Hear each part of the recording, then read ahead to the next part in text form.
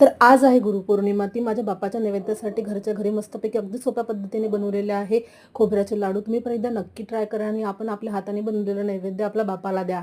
त्यासाठी बघा मी एका पॅनमध्ये घेतलेलं आहे मस्तपैकी थोडंसं साजूक तूप. तुपाचा व्हिडिओ मी माझ्या चॅनलला शेअर केलेला आहे. आता आम्हाला टाकणार आहे मी 1 वाटी खोबरा किस. याला मस्तपैकी मी शेकून घेणार आहे. जोवर खोबरा किस असं मोकळा दिसत नाही तोपर्यंत आपल्याला भाजत राहायचं आहे बघा. छान असा मोकळा दिसायला लागला बघा. त्यामध्ये टाकणार आहे आपण अर्धी वाटी पिठी साखर. आता त्याला मस्तपैकी मिक्स करून घेणार आहे. पिठी साखर व्यवस्थित मिक्स झाली तर त्यामध्ये टाकणार आहे आपण अर्धी वाटी दूध. आता दूध जोपर्यंत आटत नाही आणि मस्तपैकी शिऱ्याचं स्ट्रक्चर येत नाही तोपर्यंत आपण याला कंटिन्युअसली मस्त हलवत राहणार आहे. यामुळे काय होतं आपले लाडू एकदम खमंग असे होतात बघा. आता मस्तपैकी दूध असं मोकळं होत आलेलं आहे. मस्त मिक्स होत आलेलं आहे बघा.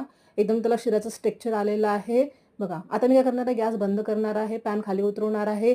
थंड झाल्यानंतर त्यामध्ये टाकणार आहे मी विलायचीची पूड. त्याला मस्त मिक्स करून घेणार आहे आणि आपल्या आवडीप्रमाणे लहान मोठे जसे पाहिजे तसे आपण लाडू वळून घेणार आहे.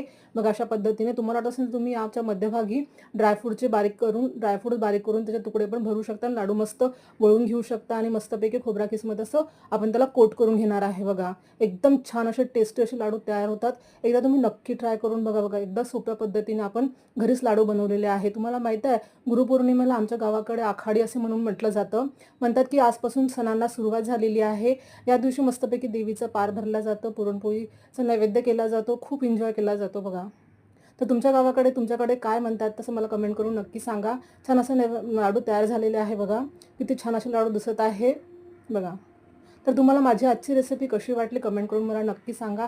माझ्या चॅनलला नवीन असेल तर माझ्या चॅनल सबस्क्राईब करा, माझ्या व्हिडिओला लाईक करा, शेअर करा, कमेंट करा. भेटू नेक्स्ट व्हिडिओमध्ये अशा सोप्या रेसिपींसोबत. Bye bye.